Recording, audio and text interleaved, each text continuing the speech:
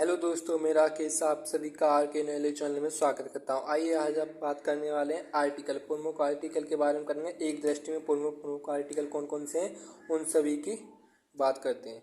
चलिए देखते हैं। सबसे नंबर 1, अनुच्छेद 1। आर्टिकल पहला संबंधित है संघ का नाम और राज्य क्षेत्र। अनुच्छेद पहले आर्टिकल में कहा गया है कि संघ का क्या नाम है और उसका राज्य क्षेत्र के बारे में वर्णन किया गया है आर्टिकल 1 में। आर्टिकल 2 में नए राज्यों का प्रवेश या स्थापना। कोई नए राज्यों का प्रवेश हो सकता है भारत में और नए राज्यों की क्या हो सकती है, स्थापना हो सकती है आर्टिकल 2 के अनुसार। अनुच्छेद 3 में कहा गया है नए राज्यों का निर्माण और वर्तमान राज्यों के क्षेत्रों, सीमाओं या नामों में परिवर्तन। आर्टिकल 3 में बताया गया है कि नए राज्यों का कोई निर्माण कर सकते हैं, उनके वर्तमान क्षेत्रों और सीमाओं या नामों में परिवर्तन। नए राज्य का कोई नया राज्य हुआ है, उसका नाम परिवर्तन हो जाएगा, उसका नए राज्य का निर्माण भी हो जाएगा, वर्तमान क्षेत्र या सीमाएं उसकी चेंज हो सकती हैं कुछ। अनुच्छेद 5 में कहा गया कि संविधान के प्रारंभ के समय नागरिकता। अनुच्छेद 5 में बताया है कि संविधान के प्रारंभ के समय नागरिकता के बारे में। अनुच्छेद 5 में आर्टिकल 14, विधि के समक्ष समानता। आर्टिकल 14 में बताया गया है विधि के समक्ष समानता का अधिकार। क्या बताया है अनुच्छेद 14 में? विधि के समक्ष समानता का अधिकार। अनुच्छेद 15 में बताया गया है धर्म, मूलवंश, जाति, लिंग या जन्म स्थान के आधार पर विभेद का प्रतिषेध। मतलब कोई भेदभाव नहीं हो सकता धर्म के आधार पर, मूलवंश के आधार पर, जाति के आधार पर, लिंग के आधार पर या जन्म स्थान के आधार पर, आर्टिकल 15 के अनुसार। आर्टिकल 16 में लोक नियोजन के विषयों में अवसर की समानता। जो भी लोक नियोजन के विषय हैं उसमें अवसर की समानता, सभी को समान अवसर होने चाहिए। अनुच्छेद 17, अस्पृश्यता का अंत। अनुच्छेद 17 के अनुसार अस्पृश्यता का अंत होता है। अनुच्छेद 18, उपाधियों का अंत। कुछ ही उपाधियाँ उन्हीं को वैसे उपाधि रख सकते हैं, बाकी बस सभी उपाधियों का अंत है। अनुच्छेद 19 के अनुसार बोलने की स्वतंत्रता यानी वाक्य स्वतंत्रता आदि विषय कुछ अधिकारों का संरक्षण है। इसमें बोलने की स्वतंत्रता आर्टिकल अनुच्छेद इसमें 6 है। अनुच्छेद 20, अपराधों के लिए दोष सिद्धि के संबंध में संरक्षण। कोई अपराध हो जाता है उसके लिए आप दोष सिद्धि क्यों हुए इसके कारण पूछ सकते हैं। अनुच्छेद 21, प्राण और दैहिक स्वतंत्रता का संरक्षण। अनुच्छेद 21 के अनुसार प्राण और अपने दैहिक मतलब शरीर की स्वतंत्रता का संरक्षण है। अनुच्छेद 21 का 6 से 14 वर्ष तक के सभी बच्चों को निःशुल्क और अनिवार्य शिक्षा का अधिकार, एक मौलिक अधिकार है, ये अनुच्छेद 21 का में जोड़ा गया है। अनुच्छेद 22 के अनुसार कुछ दशाओं में गिरफ्तारी और निरोध से संरक्षण। कोई गिरफ्तारी से संबंधित इसमें कुछ संरक्षण की बात कही गई है आर्टिकल 22। अनुच्छेद 23 में मानव दुर्व्यवहार एवं बालत्व श्रम का निषेध। मानव दुर्व्यवहार और एवं बालत्व श्रम का प्रतिषेध के बारे में बात की गई है अनुच्छेद 23 में। अनुच्छेद 24 में कारखानों आदि में बालकों के नियोजन का प्रतिषेध। मतलब कारखानों में 14 से कम वर्ष के उनको नहीं लगा सकते रिस्क वाले कामों में। अनुच्छेद 15, अंतःकरण की और धर्म के आवाद के रूप से मनाने, आचरण और प्रचार करने की स्वतंत्रता, धार्मिक स्वतंत्रता है। अनुच्छेद 25 के अनुसार अपने धर्म को मनाने की और प्रचार करने की स्वतंत्रता है। अनुच्छेद 29, अल्पसंख्यक वर्गों के हितों का संरक्षण। जो अल्पसंख्यक हैं वो अपने वर्गों का हितों का संरक्षण कर सकते हैं। आर्टिकल 32, संवैधानिक उपचारों का अधिकार। अनुच्छेद 32 में बताया गया है कि ये संवैधानिक उपचारों का अधिकार, यह आर्टिकल बहुत महत्वपूर्ण है, ये सभी एग्जाम में आता है। इसे संविधान की आत्मा वाला अधिकार है, ये भीमराव अम्बेडकर ने कहा था इनको। अनुच्छेद 39, प्रत्येक नागरिक को चाहे वो स्त्री हो या पुरुष हो समान कार्य के लिए समान वेतन। मतलब समान कार्य करेंगे पुरुष हो चाहे स्त्री हो उसके लिए समान वेतन है। आर्टिकल 39 ये एक नीति निर्देशक तत्व के अंतर्गत आता है। अनुच्छेद 39 का कह रहा है समान न्याय तथा निःशुल्क विधिक सहायता। मतलब निःशुल्क कानूनी सहायता मिलेगी आपको, समान न्याय मिलेगा सभी के लिए। अनुच्छेद 39 के अनुसार। अनुच्छेद 40 में कहा है ग्राम पंचायतों की स्थापना का प्रावधान, ये बहुत महत्वपूर्ण है। अनुच्छेद 40 के अनुसार ग्राम पंचायतों की स्थापना का प्रावधान है। अनुच्छेद 40 के अनुसार अनुच्छेद 41 में कहा है कुछ दशाओं में काम, शिक्षा और लोक सहायता पाने का अधिकार। शिक्षा पाने का अधिकार है। कुछ दशाओं में काम लोक सहायता पाने का अधिकार है। अनुच्छेद 44 में कहा गया है कि नागरिकों के लिए समान सिविल सहायता यूनिफॉर्म सिविल कोड का प्रावधान है। अनुच्छेद 44 के अनुसार एक समान सिविल सहायता। अनुच्छेद 45 में कहा गया है 6 वर्ष से कम आयु के बच्चों की बाल्यावस्था की देखभाल और शिक्षा के लिए प्रावधान। अनुच्छेद 45 के अनुसार 6 वर्ष से कम आयु के बच्चों की बाल्यावस्था की देखभाल और शिक्षा के लिए प्रावधान है। अनुच्छेद 45 के अनुसार अनुच्छेद 48 का में कहा गया है पर्यावरण का संरक्षण और संवर्धन और वन तथा वन्य जीवों की रक्षा। अनुच्छेद 48 का के अनुसार अनुच्छेद 50 कह रहा है कार्यपालिका से न्यायपालिका का पृथक्करण, कार्यपालिका और न्यायपालिका का अलग। अनुच्छेद 50 में है।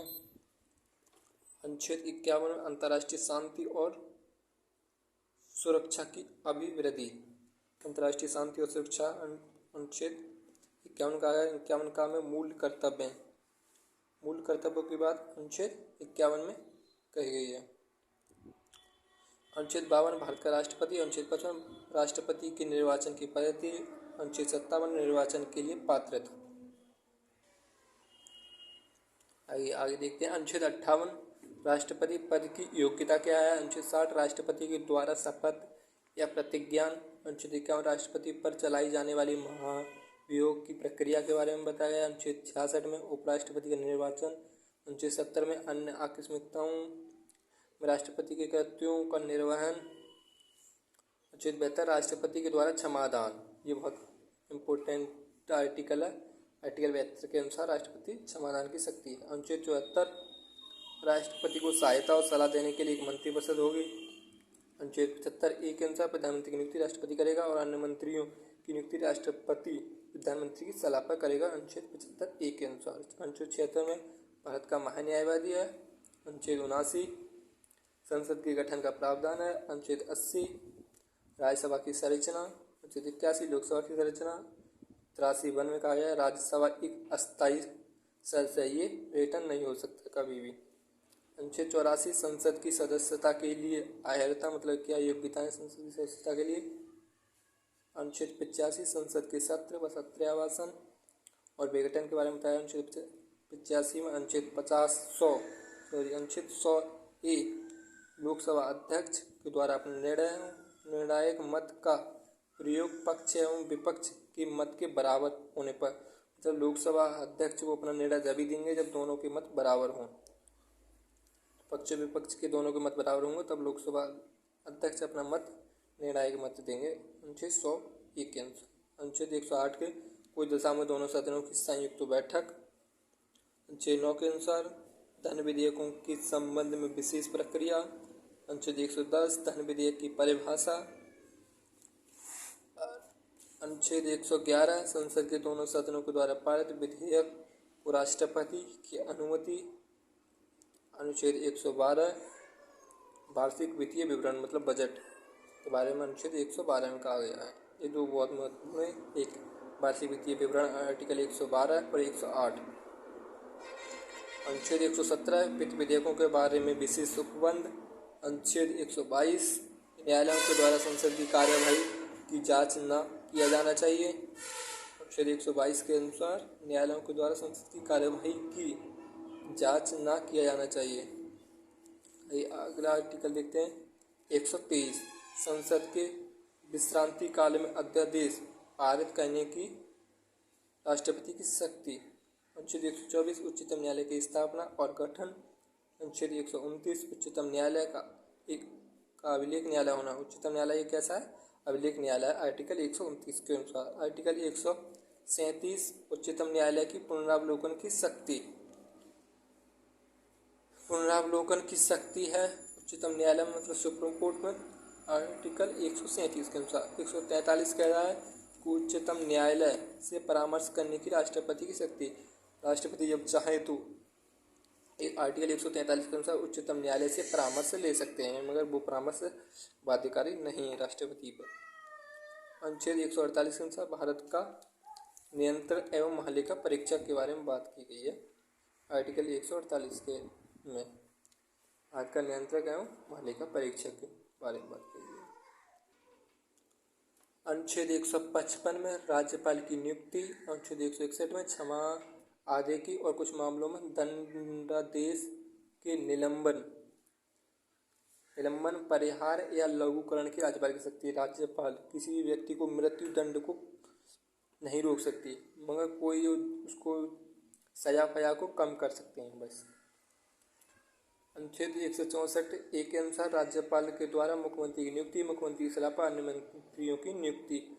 आर्टिकल 164 ए के अनुसार आर्टिकल 165 में कहा गया राज्य का महाधिवक्ता, राज्य के महाधिवक्ता के बारे में आर्टिकल 165 में बताया गया। आर्टिकल 169 राज्यों में विधान परिषदों का उत्साधन एवं सृजन, विधान परिषदों का सृजन हो सकता है आर्टिकल 169 के अनुसार। आर्टिकल 174 राज्यपाल के द्वारा राज्य विधानमंडल के समय समय पर सत्र बुलाने, उसका सत्रावासन करने तथा विधानसभा को विघटित करने का अधिकार।